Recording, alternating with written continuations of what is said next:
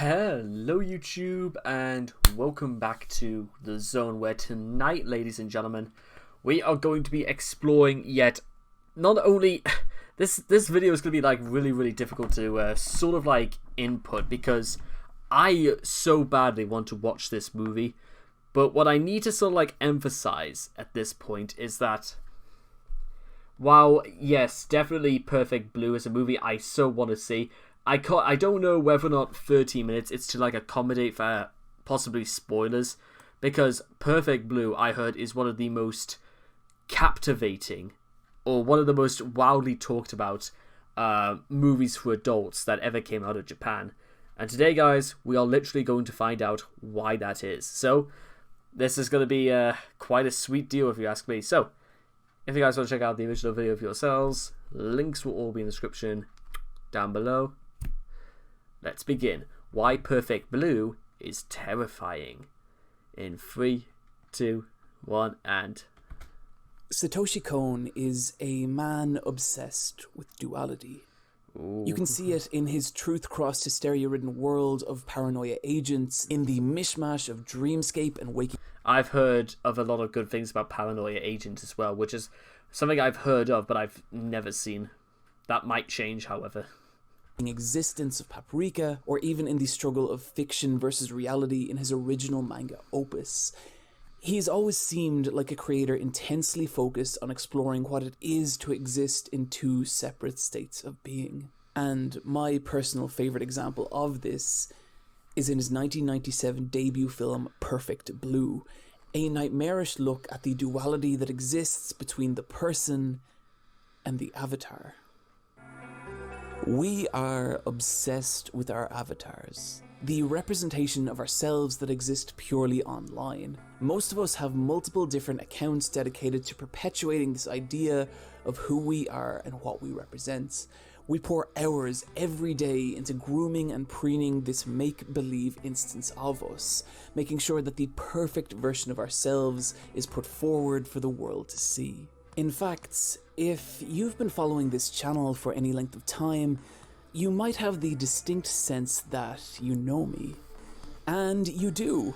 That is to say, you know the fictional, highly scripted, highly edited character that the actual person behind this channel uses to voice his ideals.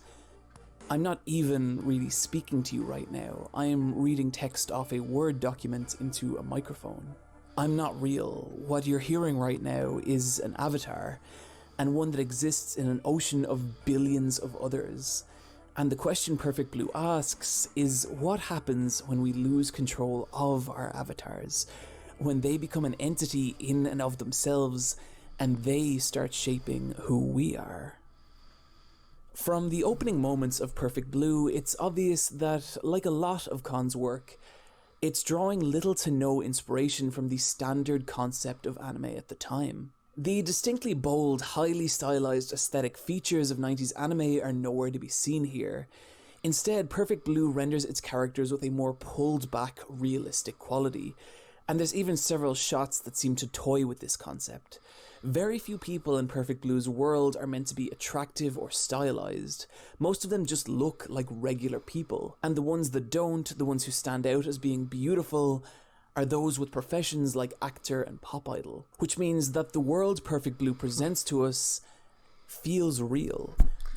That's already, and I have not even seen Perfect Blue, and I think I'm already in love with this film. This concept is...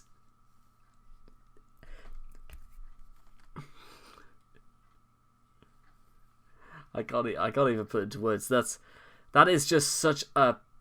Right there. That is so smart and just so perfectly put. I can't. I have no words. That is brilliant, in my opinion.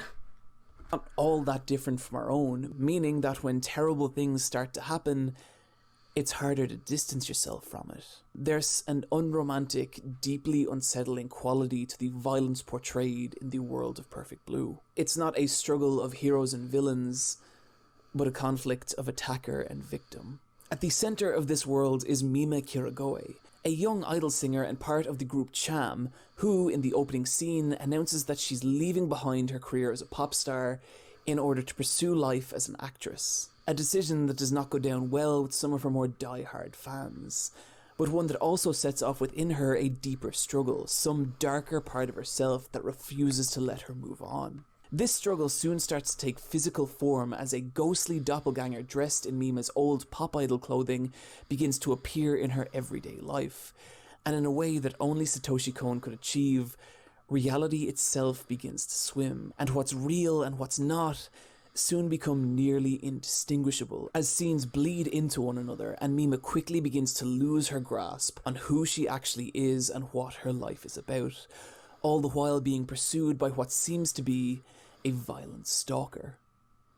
Unlike a lot of horror, Mima's struggle never feels voyeuristic. It's upsetting watching these things happen to her, and the reason for this is how well the film establishes her as a character. In its 81 minutes of runtime, it does a great job of characterizing Mima as an actual person, without clumsy exposition or forced dialogue. And a big part of this is the way the film conveys her dual nature as both a pop star and as a regular person, cleverly shown in the film's opening moments as we cut back and forth between an energetic pop sequence of her performing on stage and simple, quiet, nearly mundane shots of her picking up groceries and living out her day-to-day life. As a pop star, she's constantly bombarded by screaming fans and press, but it's in the scenes by herself that we start to understand who she actually is. Which is why, towards the start of the movie, we get a nearly 4-minute long unbroken sequence of just Mima by herself in her apartment.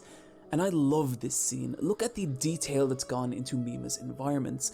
The stuffed animals, the fish tank, the posters, the PlayStation under her TV. While not saying anything directly about her, it does convey that she's a real person with a real home. And seeing her in her environment like this creates a level of subtle intimacy and familiarity with the character, as it all has such a personal, lived-in feel to it, which not only serves... Can I just make another point? And I know this is going to come across as a really, really stupid point at that. And it could literally just be down to, you know, the cultural differences between, like, the size of the apartment. But because in this sort of shot right here, I'll just... environment like this creates a level of... I know it's really, really stupid to say something like this, but is it because, like, everything is so small? But maybe is that, like, Mima's, like, world herself? Is it so small that she can't visually begin to realize what the outside world could look like? So the ghost of her past life has sort of, like, come back to haunt her somewhat. And again, I know it's probably just because it's Japanese culture and that, you know, most kitchens are usually this small, especially if it's supposed to be, like, accommodating for just one person. I've seen places in South Korea where they have apartments that are literally just pretty much just one room. But I just wanted to ask, because I think that's...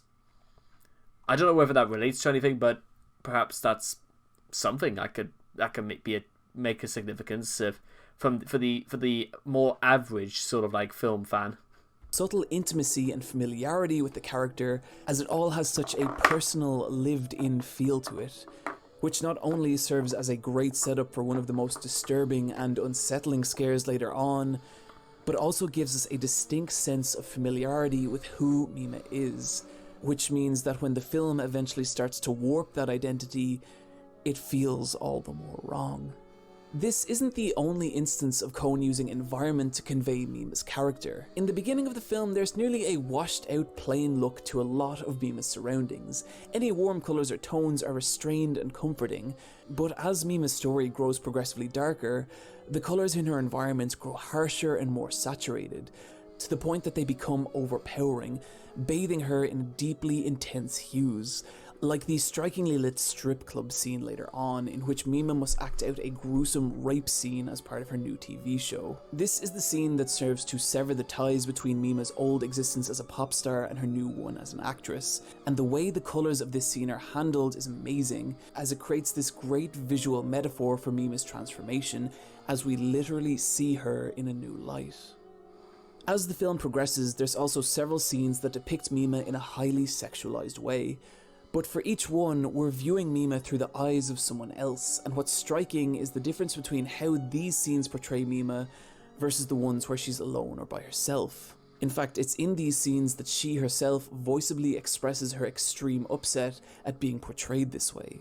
And this is the primary fear that Perfect Blue expresses: people perceiving us in ways that we don't choose, and that perception becoming reality. This is the kind of fear Perfect Blue deals in. While there are moments of intense and frightening violence, including, yes, that screwdriver scene, what the film really achieves is in conveying that we are literally watching someone losing grasp of who they are. Which is horrifying, because if you take away someone's identity, then what's left? As the story moves on, Mima's life continues to spin out of control. Scenes start to bleed together and locations swim. Scenes that seem to take place in Mima's personal everyday life are revealed to be part of her double-bind TV show, and as the tension of the film ramps up, these cuts grow increasingly more jarring, with Mima herself unable to keep track of what version of her reality she's in. It actually makes for quite a disorientating third quarter of the movie, and while I'm sure many people will come away with their own take on what's happening here, I think trying to figure it out is in itself missing the point.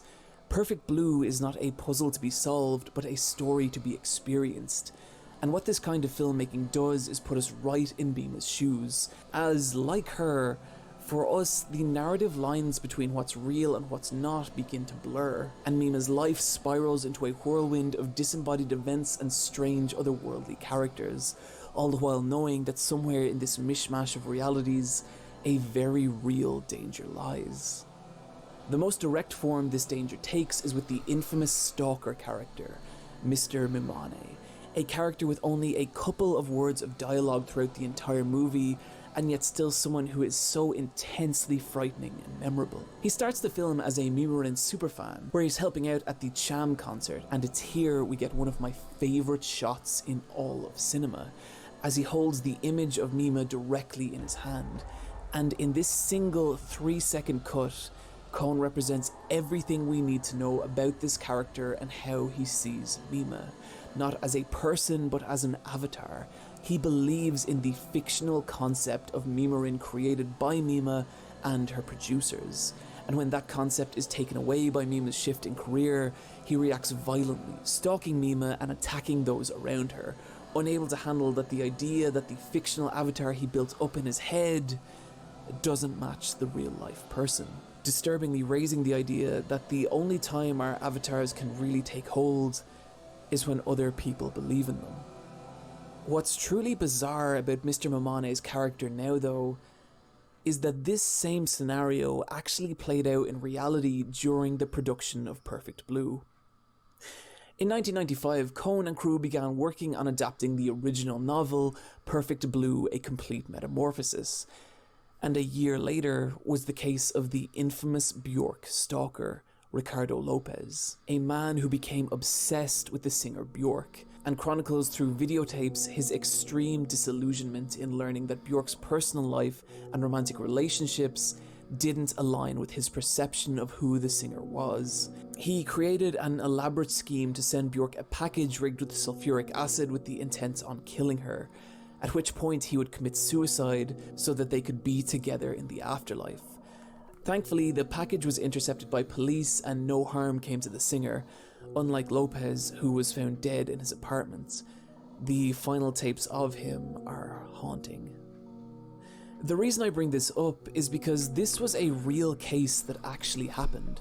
It's unlikely that Kohn and his crew ever heard about it, as it only came to global prominence recently after doing the rounds on various horror and creepypasta channels, but the parallels between it and the story of Perfect Blue are bizarre and horrifying, and show that what Kohn was trying to say, that the damage that can occur when we lose track of where a person starts and an avatar ends, was a very real thing.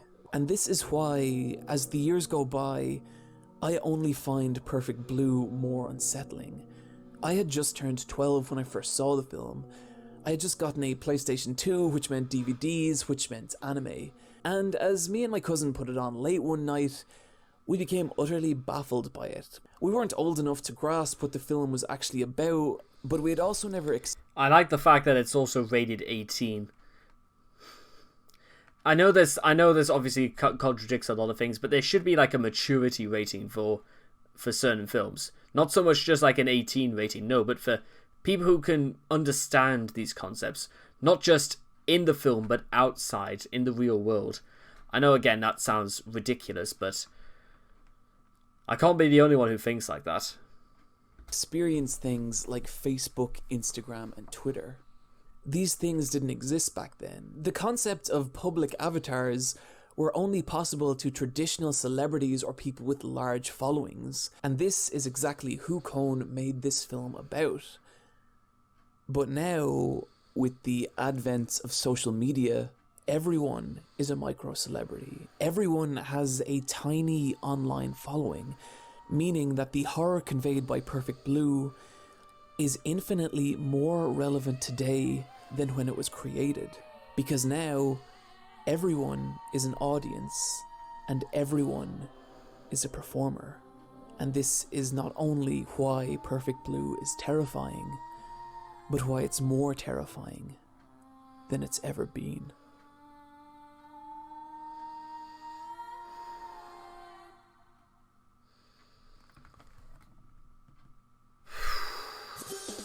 Friends, thank you for joining me today.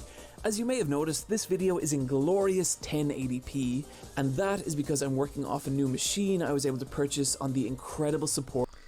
Well, that was fucking terrifying.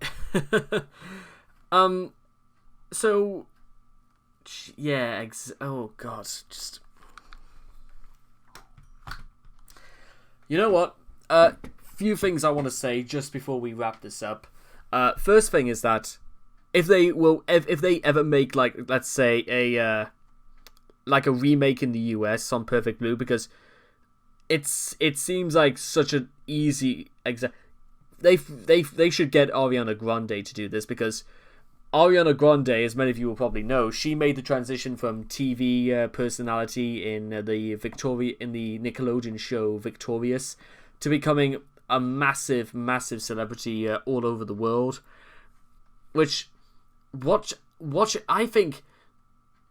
But then again, because she's not a bad actress either, and I think something like that would 100% work to her advantage. Just purely from, if you want to take a modern example. Also, now, moving on to actually something I wanted to say about the idea of everyone is an audience and, well, how terrifying it was. There is something to be said about how this sort of like fits into my hiatus that's going to be happening at the end of July. Is that I need time away from looking at screens. I need time away from thinking that if I'm not talking, if I'm not singing, if I'm not doing anything 24/7, people are going to grow bored and they're going to literally leave me and just literally leave me to talk and ramble to absolutely no one. I need to give people some time. I need to give myself time, more importantly, because there are other things I wanted to do in my life. Move on to more, I want to call them more professional things. Something that will make me look more professional and a lot more serious as to what I'm going to be and what I'm going to be remembered for in the years to come. And you know what?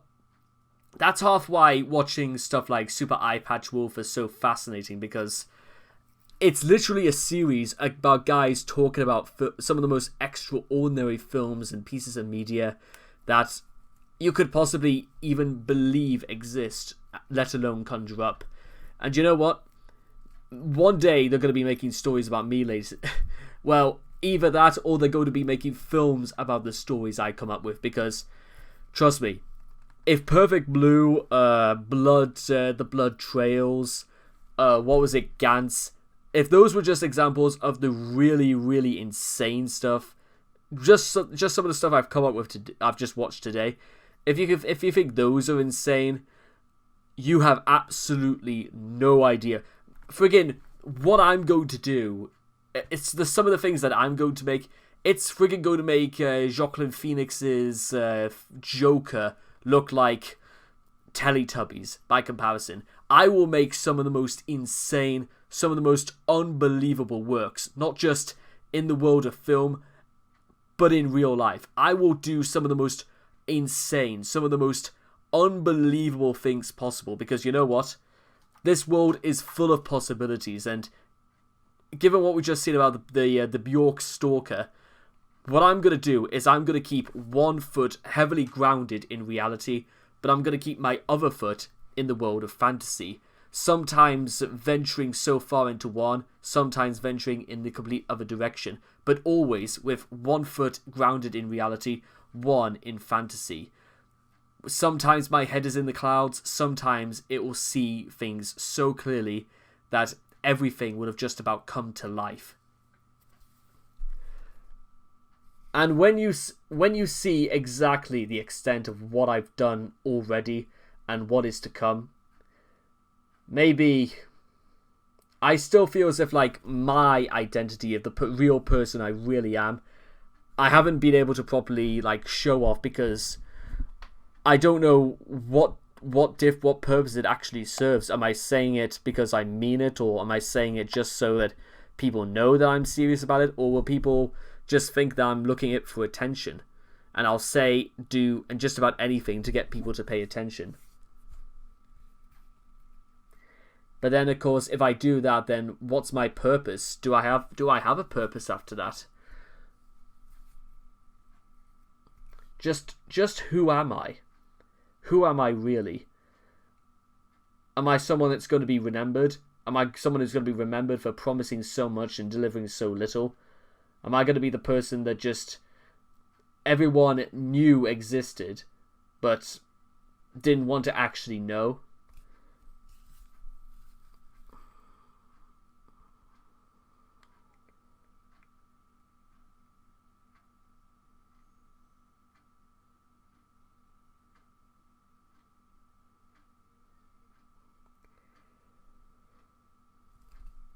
I don't know. I don't know what is going to happen. All I know is that some things will happen.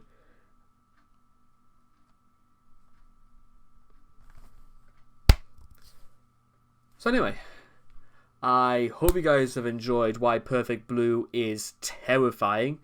Please make sure to leave your thoughts and comments in the comment section down below. Let me know what you guys thought of Super Eyepatch Wolf's analysis video for yourselves. Please also make sure to also like and subscribe to get daily notifications when my videos come out.